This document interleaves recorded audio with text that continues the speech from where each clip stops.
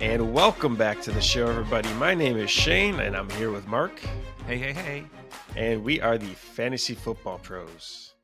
So today we're going to be talking about our top 10 wide receivers for 2021. These are our early rankings. They are subject to change.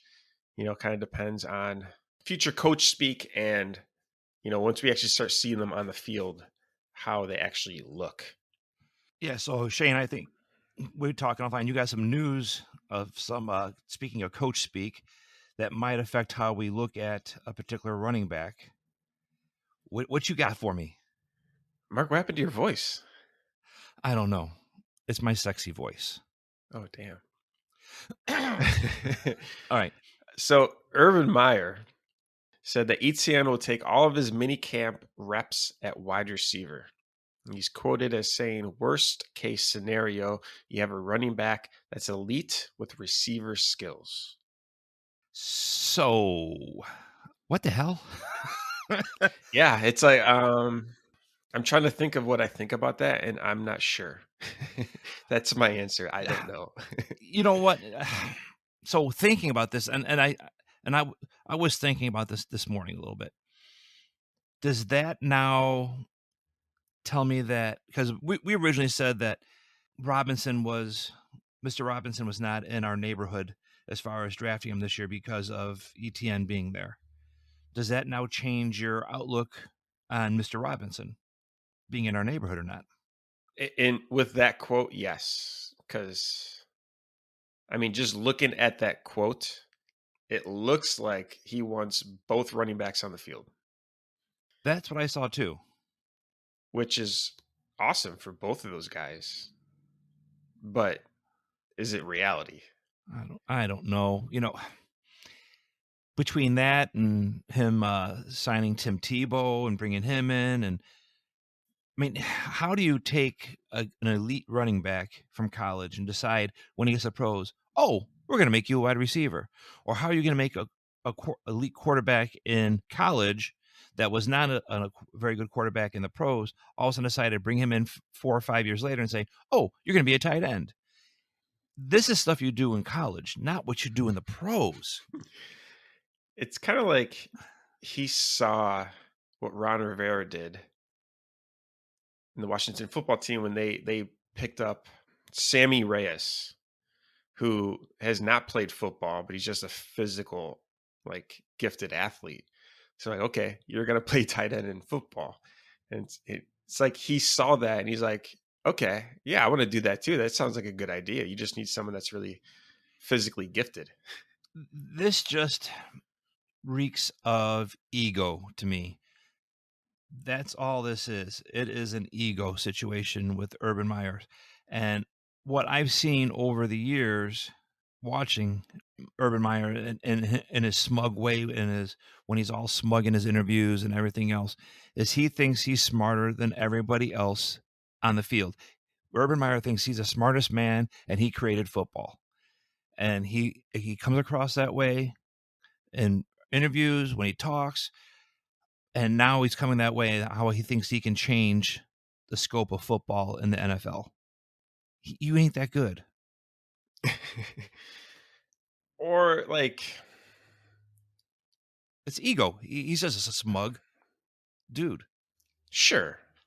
But I was just thinking maybe he just wants to get Etienne, comfortable in all these wide receiver spots so that he can rotate him and be like his gadget guy. Do end to run routes and all that. Shane? Yes, sir.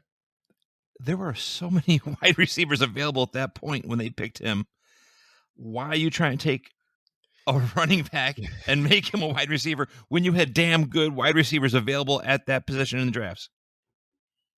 No, I totally see it in that point, but I'm thinking that his goal is not to have him be like a full-time wide receiver. Like he wants him to play running back and then have options. So he's a over-evaluated Tyreek Cohn now. I don't know, but maybe this drops ETN lower. Or maybe it makes him go higher because now he has all this PPR upside. Listen, he actually moved up on my board now because I was not going to be drafting him. I wasn't going to be looking at him as a running back just because Mr. Robinson is there, and he did so well last year. Now all of a sudden I'm looking at like, you know what? Maybe I pick this guy up. Maybe I do try to draft him in a later round, a sixth, seventh round, just on that because of that. Mm-hmm. And you know what? I bet you he goes higher now because of it. He's going to go higher than he should go because of this. He might, yeah. I mean, I don't want to make any real judgment until we see at least training camp. But I mean, typically by week 2 of the preseason, we'll definitely know how that offense is going to look. We shall see. If you are enjoying the show, please subscribe, like, comment to our podcast. It helps with the algorithm so more people can receive our advice without you telling your league mates where you're getting this information from. You can follow us on Twitter at the Pros FF and on Instagram at the Fantasy Football Pros for extra content. You can submit any questions via Twitter or our website at thefantasyfootballpros.com. Hey, Shane, real quick, let me go back to ETN. One thing. Sure.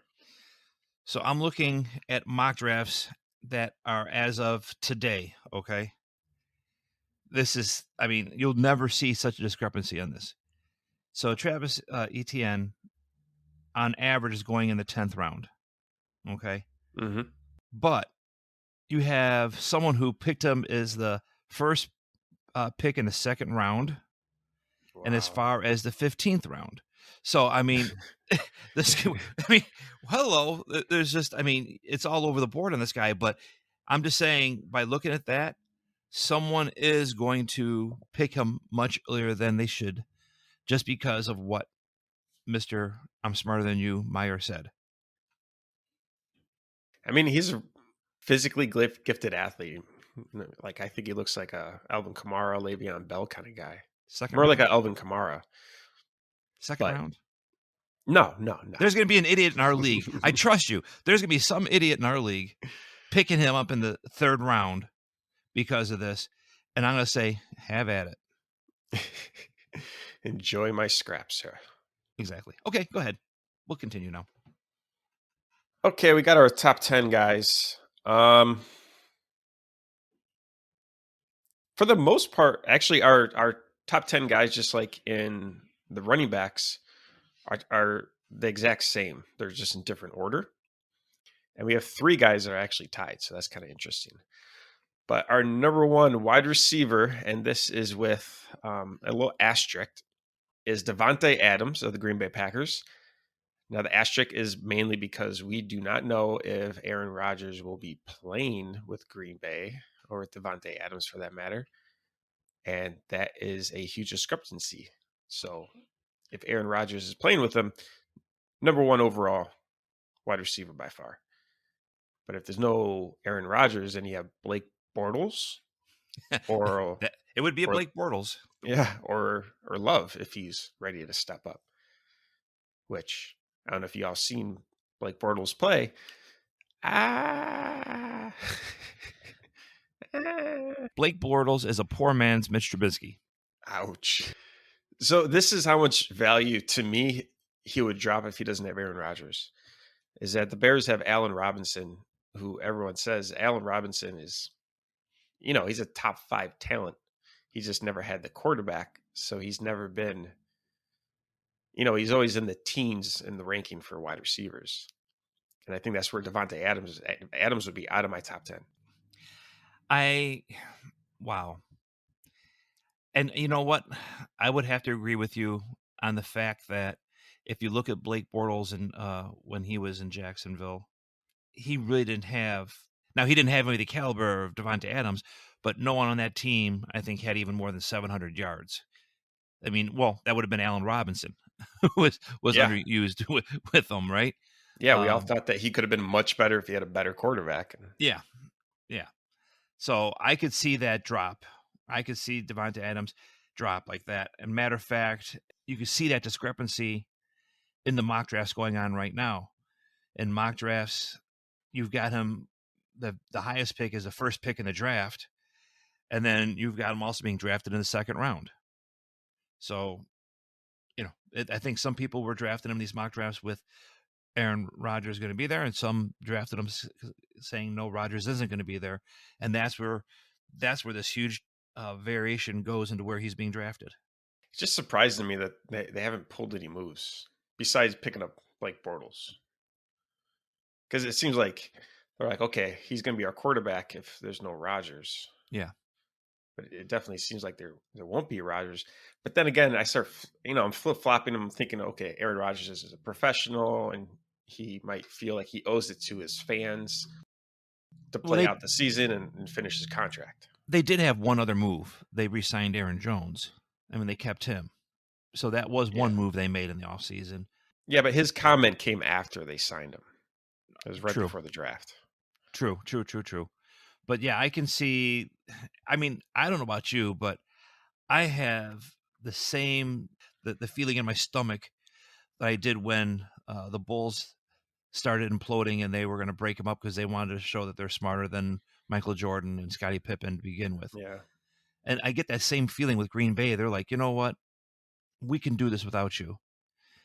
And the reality is, no, you can't. Yeah, here's a great example. How about the New England Patriots last year? Yeah, there you go. Bingo. We don't need Tom Brady. I'm Bill Belichick. You sure? Yeah, that's it right there. So this is Matt LaFleur right here, also trying to show that he's smarter than everybody else, saying, I could do it with him or without him. Mm-hmm. It's my system that does it. Anyway, so yeah, I mean, if Rodgers is there, yes, he's number one wide receiver. If Rodgers is not there, well, then we're going to move on down the line. Stat-wise, if Rodgers is there, we're still looking at 1,400 yards. Last year, he had almost 1,500 yards and this year, I think, you're really looking at, with Rodgers, 1,400 yards, 13, 14 touchdowns. Without him, oh, wow, then we're dropping down to, maybe 200, 300 yards, less yards. We're still going to do over 1,000 yards, but it's going to be like 11 to 1,200 yards, somewhere along the lines of 7 to 9 touchdowns compared to 14 if Rodgers is there. Yeah, I mean, he had 18 last year, and that's the number I think is going to go down dramatically. You're not going to have the high-powered offense anymore. Well, I think no matter what, you cannot have 18 touchdowns again. I'm sorry, it's not going to happen. I think no matter what, even with Rodgers there, you're backing down to 14, maybe 15 touchdowns. And if there is no Aaron Rodgers, I think Aaron Jones is going to be the highlight of their team. It's just going to be mainly run first offense. Yes. Yeah, yes. For definitely. the first time in like decades. Definitely. Number 2 on our list, we both have him at number 2, is Tyreek Hill of the Kansas City Chiefs. What do you say about this guy? So there's nothing not to like about him. Like last year, he had 135 targets. He had 87 catches. He had almost 1,300 yards and 15 touchdowns. I don't really see that changing much. They didn't really address the receiving aspect in the draft until the 5th round. They drafted a tight end, but they have Kelsey, so and actually they lost wide receivers this offseason.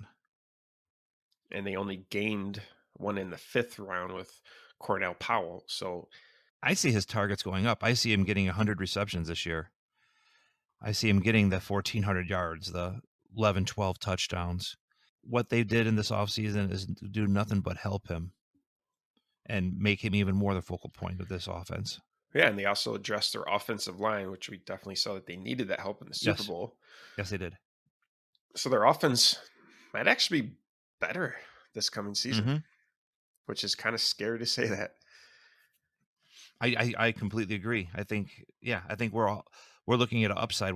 I think he had a breakout year, but I think he's going to take it to the next level this year. Where, I mean, listen, Kelsey's going to get his.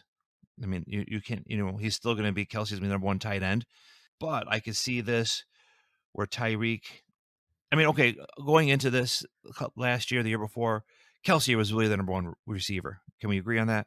Yeah, definitely. I think. Well, I mean, 2 or 3 years ago? That's when Tyreek broke out. Yeah, he almost mimicked last season's numbers. But I think this year, I think we're going to see Tyreek taking over that number one spot from Kelsey. I think this is going to be their focal point of the offense. That's a bold prediction, I'd say. It's hard to judge just because they're both just so gifted, just I completely understand. different skills too. I just think Kelsey takes a lot more beating than Hill does. That I think maybe this year you might see that catch up a little bit with him, just a Yeah. little bit. I mean, the So upside is definitely in Hill with that yeah, blazing speed. yeah, He can get like one catch in a game and give you 100 yards and a touchdown. there you go. So yeah, he was definitely in keeper leagues. I mean, he's going to be a keeper. So if you're in a keeper league, if you don't have him already, don't even think about you can look past him for drafting him because he's not going to be there. But in redraft leagues, this is the guy definitely on the radar in the first round for sure. I mean, that's someone that if I have opportunity to get, I'm taking him. Number 3 on our list. Actually, we have 3 players that are tied for third because we have them ranked, which is DeAndre Hopkins, AJ Brown, and Stefan Diggs. So I'll just start with DeAndre Hopkins. He is number 3 on my list. He is number 5 on your list. Yes. I have Hopkins as high because, first of all, this also goes with Diggs, is that normally when a wide receiver joins a new team, he's playing for the first time with a new quarterback, they do not have that sync, that rhythm. And that first year is kind of a down year compared to what Mm-hmm. they normally do. However, Hopkins had an amazing season. He had 160 targets, 115 yards, 1,400 yards, and just 6 touchdowns. And I think that the veteran on his second year with the team, with Kyle Murray getting a little better, improving on his passing skills, I think his numbers are actually going to go up a little bit. Maybe the targets go down because now there are more targets out there. So I believe this. I Yeah. believe that Hopkins will lead the league in receptions. That's my thinking. I think he is going to lead the league in receptions. He's going to be at the top in the top 5 for yards, but where I think he's going to lack and fall behind some of the other receivers is the touchdowns. This offense, the Kyle Murray is great for passing, in between the 20s. Okay, Hmm. he's going to be a run first quarterback when he gets in the red zone. I think that's going to limit Hopkins as far as how many touchdowns he'll receive this year. I mean, he could be, or he could improve on his game. Yeah, he could improve. I'm not saying he won't. I mean, look how many times with Kyle Murray, it's how many passes to the sidelines. Okay, rolling out, passing to the sidelines. That's not getting you touchdowns. That's getting you closer, getting you yardage, getting you all those type of things, receptions. But it's not getting you in the end zone. Well, the thing about Hopkins is that, if you throw it up there, he can catch it. They just haven't. And touchdowns are like the one thing in football that you cannot predict. You can predict targets, guess on the yards, but touchdowns are really variable. Well, so who did they draft this year? Well, they drafted Rondale Moore. Yes, Hmm. who has an incredible vertical leap that he might be used more in the red zone than Hopkins as far as goal lines and stuff like that.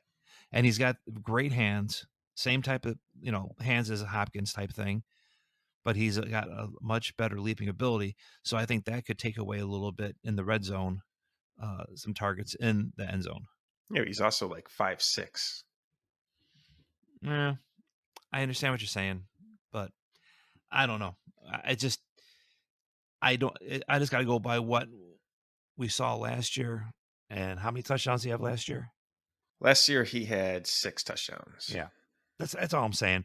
Listen, we all agree he's a top 5 wide receiver, but what separates him between him and some of the other ones in this category is going to be the touchdowns. That's all. That's all I'm saying.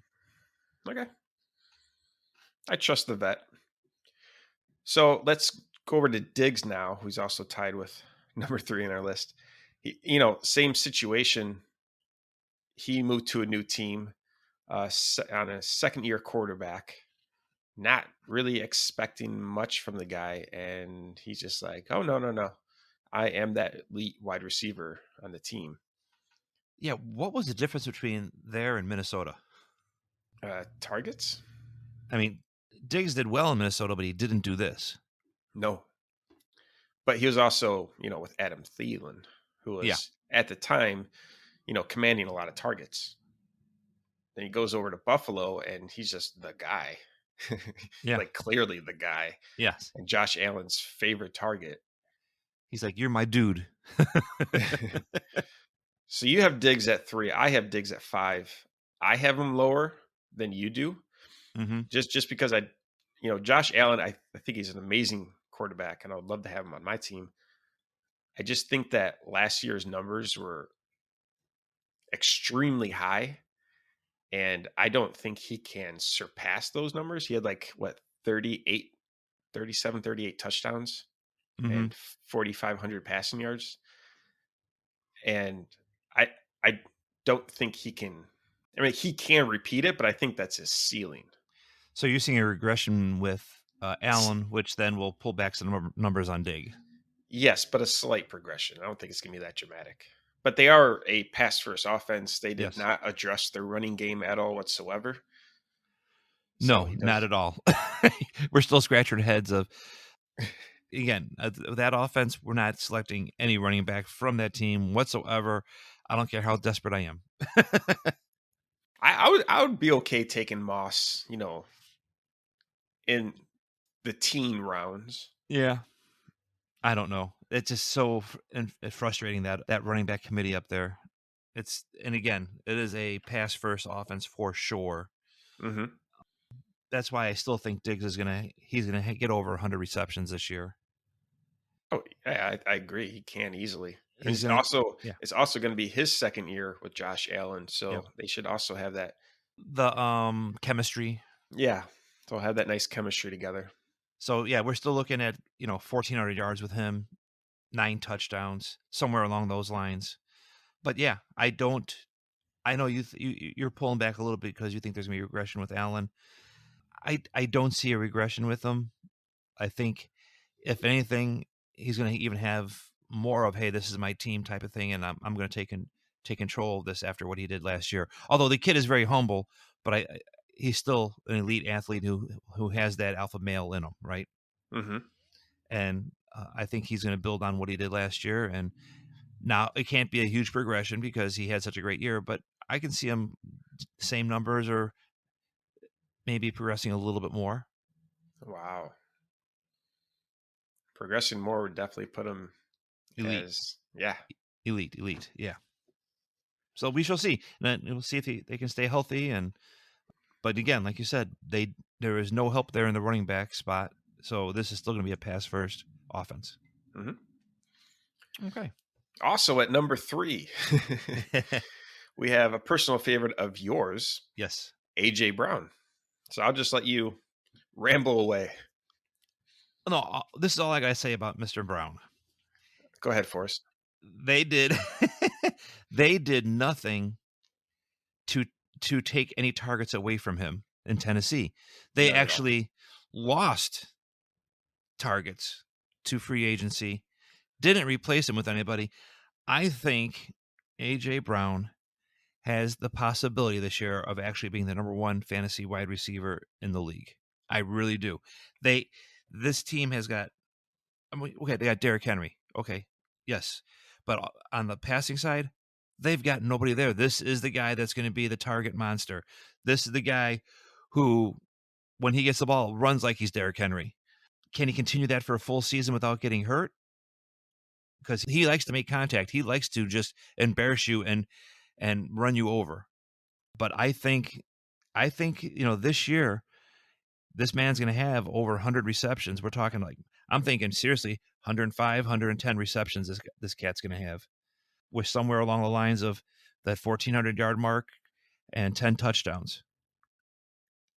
And with the possibility of actually being the number one wide receiver in the league. I'm going to have to go ahead and completely Oh, agree with you. really? I thought you were going to disagree with me on that one. Not at all. So last year, right? He only started in 12 games. Not that great, but he did have 106 targets, 70 catches for 1,075 yards and 11 touchdowns. Mm-hmm. They lost their number 2 and number 3 receivers, or let's say target monsters, and they didn't replace him with anyone. And now they're saying that Derrick Henry can catch passes. Now we haven't seen Derrick Yeah, Henry I was going to say, catch many since when? passes. So I think that's a whole lot of coach speak there. And I think it's going to be the offense is just going to be, it's either Derrick Henry or it's AJ Brown and Yeah. nobody I mean, else. okay, listen, their tight end did have a little play, but they lost, Jonnu Smith is gone, right? So Mhm. now it's Frisker's spot completely for tight end. Yeah, I mean, they used them, but not nearly what they could have used Jonnu Smith. I mean, they targeted AJ Brown. Yeah. And I have AJ Brown at number 4 along with you. And I would have him higher. It's just that he hasn't done all that work. He hasn't gotten, the ridiculous amount of targets that Adams, Hill, Hopkins, and Diggs have had. They've shown that they can do the work. So with him, we just haven't seen it yet. But it will be his third year, which wide receivers tend to break out a little bit on I the mean, listen, third he had a year. breakout year last year. I mean, you have to admit he had for what he did. He had a breakout year last year, but we're talking to the next level breakout. That's this year. Yeah, he definitely has that opportunity to do it. Moving down the list at number 6, we have Justin Jefferson of the Minnesota Vikings. Mark and I both have him at number 6. And yeah, I mean, we've talked a lot about Justin Jefferson already. He will lead Minnesota in targets, in receptions. He will be contending with Adam Thielen for the Yes. touchdowns, though. Possibly Ito Smith, who's now the tight end out there, which we don't see him demanding too much from him. But I don't think last year was his ceiling, which is a little scary. I mean, because he really didn't do anything in the first 2 games. It took 4. 2 Yeah, games was horrible. But then after that, he just tore up the yeah. league. Yeah, so they didn't address anything in the draft that's going to signal that he's going to be getting a less of a workload. I think he's just going to continue to get better. I agree. I completely agree. I think again, he had a great rookie season, but I think he can. Well, not a great rookie season. He had Season. the best rookie Yeah, season of all time. exactly. I do believe that he can take it even further, without a doubt. I don't see why this kid would have any regression. Like you said, they did nothing in the draft to take targets away from him. They did nothing in the offseason to take targets away from him. They helped out on the line for the quarterback. So I don't think you're going to see regression here. I think you're going to see a little more jump. How many yards did he have last year? Just going off the top of my head, I believe it was Yeah. 1,400 So yards. you should see a little. I think you'll see a little progression there. You're going to see that 1,400 yards, 1,500 yards. You're going to see 90 to 100 receptions, because you still have Thielen there. So you can't say, hey, he's going to be 105 reception guy. You can't say that, because Thielen's still going to. He's a fantastic receiver in his own right. But yeah, you're going to see between 90 and 100 receptions.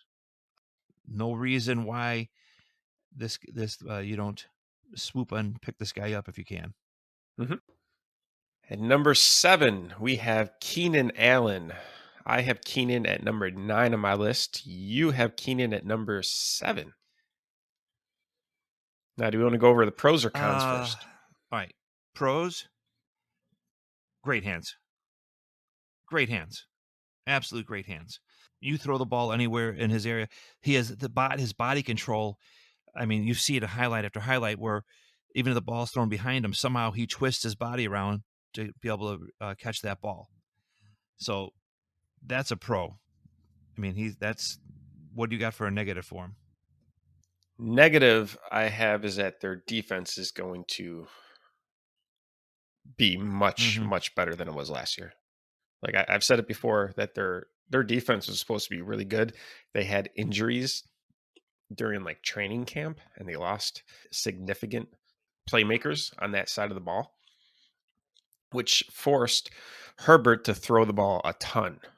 And I mean, I really like Herbert, but I think that those numbers are going to go down because they're not going to have to throw as much because their defense is going to keep them in the games. So you don't think Allen's gonna get all those, targets he's gotten in the past? Well, I think he's going to get a lot of targets for sure. I mean, And he's definitely going to lead in targets on that team. I think there's just going to be less don't forget also passes. this is the second year with these with Herbert and Allen, so the chemistry and everything else there. There's really nothing else on that team.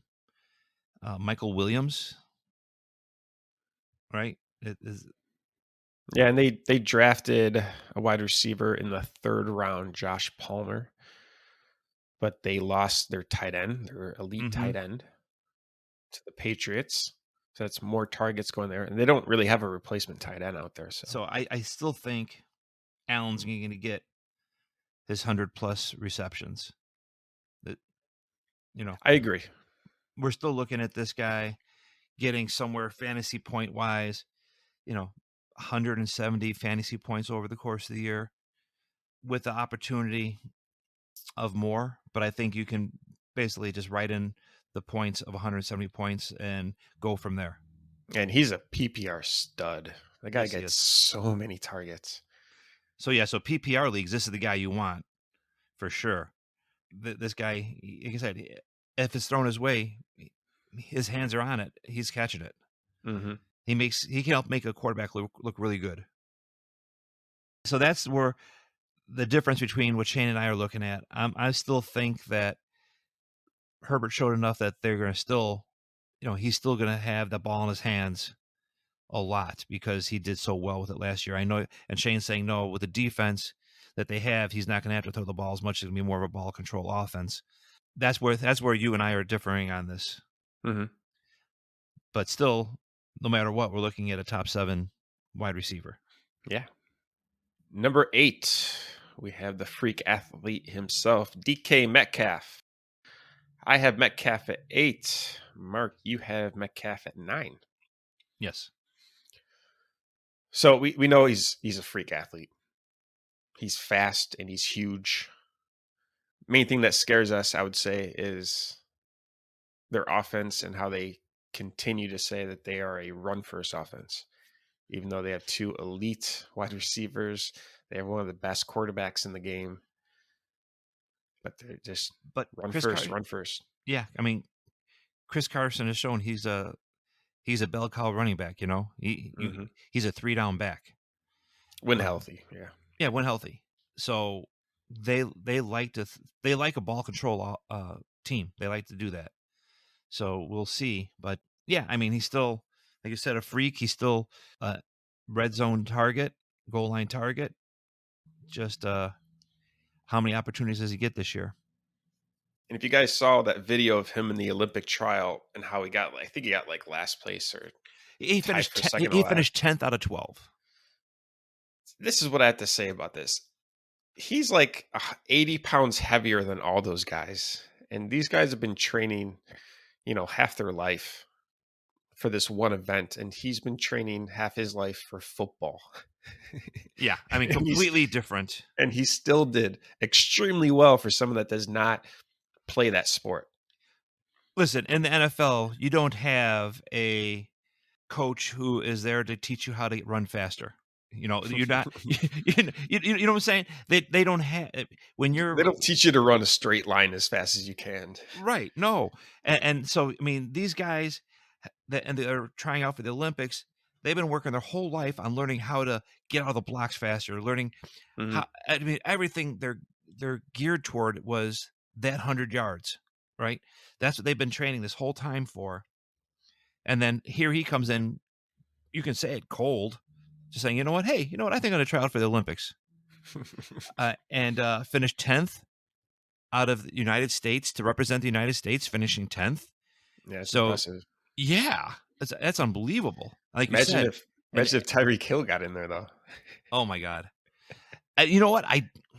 It's funny. I mean, look at Herschel Walker becoming the bobsled guy. I mean, Hmm. it's, Yeah, it's amazing what these NFL athletes can do if they train for a different sport. Instead of just training for football, but they train for something else. They're elite athletes. hmm, They're athletes. But for him to finish 10th out of 12 in the Olympic trials, outstanding. I mean, that just tells you the speed that he has, and he's a beast to go along with it. yeah. I mean, he's good enough that we have him at number 8 on our list on a supposed run first offense, Yes, and he's not the only wide receiver out there too. So it's right. impressive. Very good. Number 9, we have Michael Thomas. I have Michael Thomas at number 7. Mark has Michael Thomas at number 11. He has fallen from your grace. Yes, he has. Is this due to his injury concern, or is this a Drew Brees thing? For me, it's a Drew Brees thing. Drew Brees can make a lot of receivers look good. He made everybody look good. And with me, I just don't have that confidence in never famous Jameis or Hill. I just don't. I mean, if Hill's the starting guy, I mean, he likes to run and he's not extremely accurate with his passing. I just think there's no way that he's in my opinion, a top 10 wide receiver this year with those issues. Well, I think Sean Payton is an amazing head coach. And I believe he could train Hill, if Hill's going to be the quarterback, to not go run first on his, like it shouldn't be his first read, it's just a run. When you have Thomas and Kamara on your field, like those are your first reads. Mm-hmm. And if I was the head coach, I would be embedding that into my quarterback. You're looking for these two guys over and over and over again. Now, Michael Thomas definitely took a big hit last year. He had that high ankle sprain, and I drafted Thomas, so that was really upsetting. And then when I heard that he had the high ankle sprain and that he was going to be coming back in, a couple weeks is what they said, I knew that was a bunch of BS because high ankle sprains in the NFL, they linger. Yes, they So do. a player can come back, which he did, but it's not the same caliber. I mean, it They re- happened to Kamara too. He got hurt. He was out for like 2 or 3 games, came back, and he looked slow. I mean, these guys would almost rather have a fracture than a high ankle sprain. Yeah. Yeah, exactly. They play on fractures and they look just fine. I think Thomas is an elite wide receiver. When he was younger into the league, no one was talking about how amazing Breeze is making Thomas look. They just said, wow, look at this guy all over the field. He can play every position. He catches this pass, that pass. It doesn't matter. He catches everything. And I think he's going to bounce back to the graces of our God, the football gods. I understand what you're saying. I'm just not willing myself. I'm not going to take that chance. I have 10 other guys that if I'm picking and I'm looking at a wide receiver at that point, I got 10 other guys I'm drafting first. And that's just me. I'm just not willing to take that chance on Michael Thomas. I'd rather take the chance on, say, a Calvin Ridley. I'd rather take that chance on a Amari Cooper. I don't know. I'm not willing to take that chance on a Michael Thomas right now with such uncertainty. And this is also, I guess, maybe a disdain that I have for also Jameis Winston that I just don't like him. I don't like him as a person. I don't like him as a quarterback. And if they go that route, sure he can target Thomas, but how many times is he going to get the ball to him? I just think he is. Their quarterback situation is so bleak in New Orleans that does nothing but have me shy away from Michael Thomas. Well, this is the thing though about Jameis is that you might not like him at all, but fantasy football wise, he makes wide receivers look amazing, and he mainly targets the wide receivers. I don't know. I'm so grotesqued out by New Orleans quarterback situation that they never really. This should have been addressed a couple, last year, the year before in the draft, knowing that Breeze was on his last leg. They didn't address it, and now I think, and I could be completely wrong. Trust me, ask my wife. I'm wrong a lot. But I think that this is just going to really show how great Drew Brees was. Well, I think that they did address the quarterback position. That's why they have Hill and Jameis on there for the last 2 years, 3 years. But Hill never should have been. He's a gadget guy. I don't think he could ever. I don't think he ever would be, or should have been drafted as a QB of our future. And Jameis, again, he was so bad that last year in Tampa. I mean, how many interceptions did he throw? Oh my Lord. Just to pull him in to say, well, yeah, he can take over for Breeze. No, he can't. No. No, he's not Drew Brees by far. But elite receivers, they don't just like die off, in my opinion. I believe last year DeAndre Hopkins was drafted in the 3rd round. Okay. And that's my theory is that like I think Thomas, I'm not going to draft him in the 1st round by far. Possibly not even the 2nd round. I think his value is going to drop significantly, and I think he's going to be a huge value. His average ADP right now is 3rd round. Mm-hmm. 2nd pick in the 3rd round. That's his average. Now, some Yahoo picked him up as a 3rd pick in the 1st round. I mean, somewhere did in the mock drafts, but They thought it was last year. yeah, I guess. Yeah. But no, his average position is the 3rd round. Am I taking him in the 3rd round? Maybe later in the 3rd round I'll take him. Early in the 3rd round? No. I mean, it's just. Do you want me to list what these average draft positions are right now, real quick, for the top 10? Sure. Devonta Adams 1st round, Tyreek Hill 1st round. In the 2nd round, it then went Diggs, Hopkins, Metcalf, Ridley, Brown. The 3rd round then went Allen, Thomas, and Jefferson. Those are the top 10, and mock drafts right now. Those are the top 10 receivers. Wow. I think Jefferson's getting disrespected there. Big time.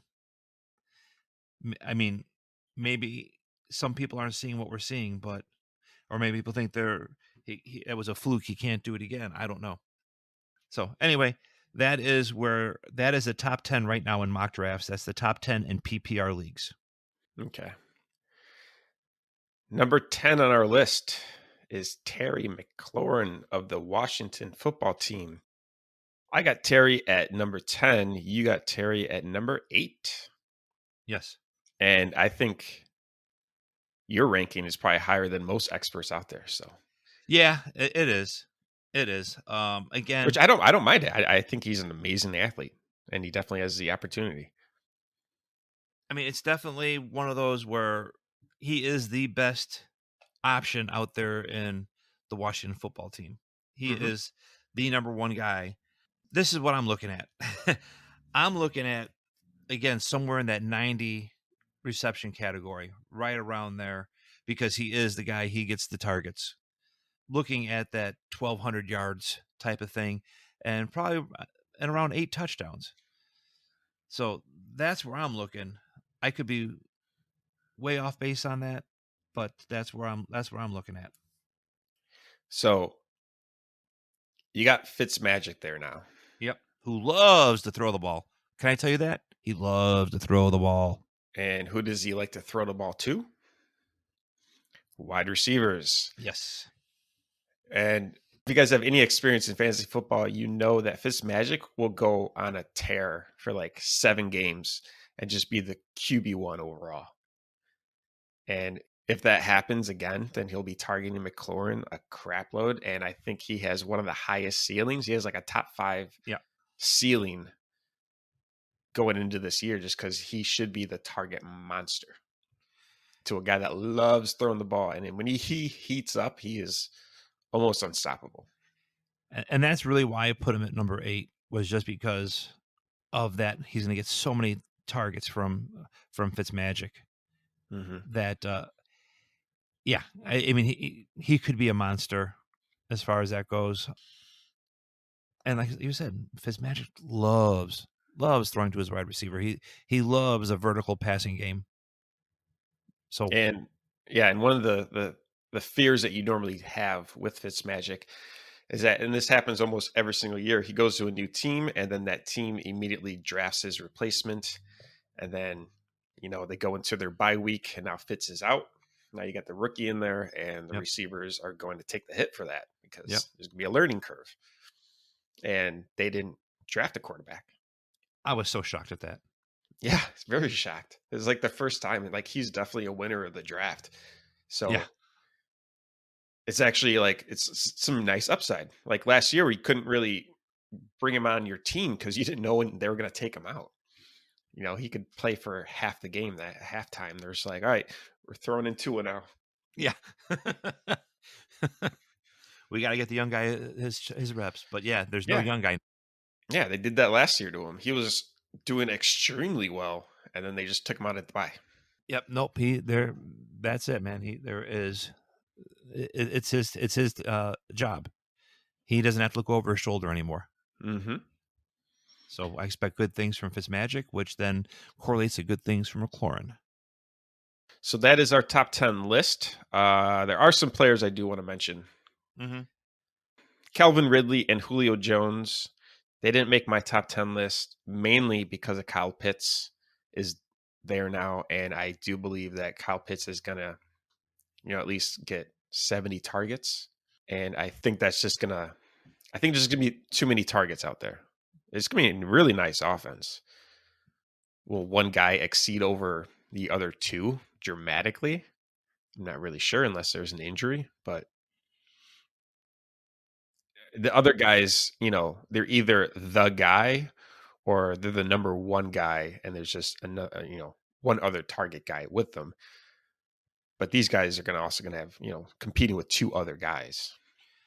I do want to mention one other wide receiver also that I think, and I've been down on this receiver before, but I think he could have an extremely good year, and that would be Cooper. Hmm. I think I think when you looked with Dak in the lineup compared to Dak not in the lineup, Amari Cooper, there was a huge difference in production. I think you can get him at a discounted rate this year. I think you can possibly get him in the 4th round this year. Yeah, And that sounds accurate. if that's the case, I think that's a steal in the 4th round. And there's a lot of debate if it's going to be Amari Cooper or CeeDee Lamb being the guy. And even CeeDee Lamb, I think you can get in the 4th round. So you can get either one of those guys in the 4th round if you really wanted to. I'm sure they're going to be like back to back. Yeah. Another guy I want to mention is Robert Woods. So you can say Robert Woods and Cooper Kupp. I think that offense is going to be improved. They have a better quarterback. But again, they have a very strong defense. So volume should be down there. And I just want to mention this other guy because you do have him at your number 10 as Allen Robinson, Yes. who has never had a quarterback, but has always exceeded in the NFL. And he definitely has a good ceiling. If Justin Fields comes in, and rookies tend to narrow in on the number one guy a lot Mm-hmm. just because it's just comfortable, and they see that they're succeeding throwing the ball to the number one guy, so they can just keep on doing it. He could be a target monster. Well, and I think it's a very well balanced offense they're going to have this year. So it's not like the defenses can key on a certain player. I think like you said with Justin Fields, he has an amazing arm. He really does. He can make every throw. Allen Robinson is just, I mean, his catch radius is unbelievable. Where how far out can the ball be away from him that he catches it? It's just it's crazy. And they do have Montgomery there. I really, really think that the Bears' offense is going to be much better this year, which will give Robinson even more opportunities. Unless Andy Dalton is the QB. He will be And free. Okay, week 4, this is my prediction. Week 4, they'll go into week 4, they'll be 1-2, and next thing you know, Justin Fields is starting week 4 against Detroit. There you go. That's my prediction. Lock it in. Gong. So expect Allen Robinson to have a fantastic year after that point. okay, I believe next week we'll be starting our post-draft mock drafts. You can see all of our episodes, show notes, and content at our website at thefantasyfootballpros.com. Thanks again for listening, and we'll see you next time. See ya.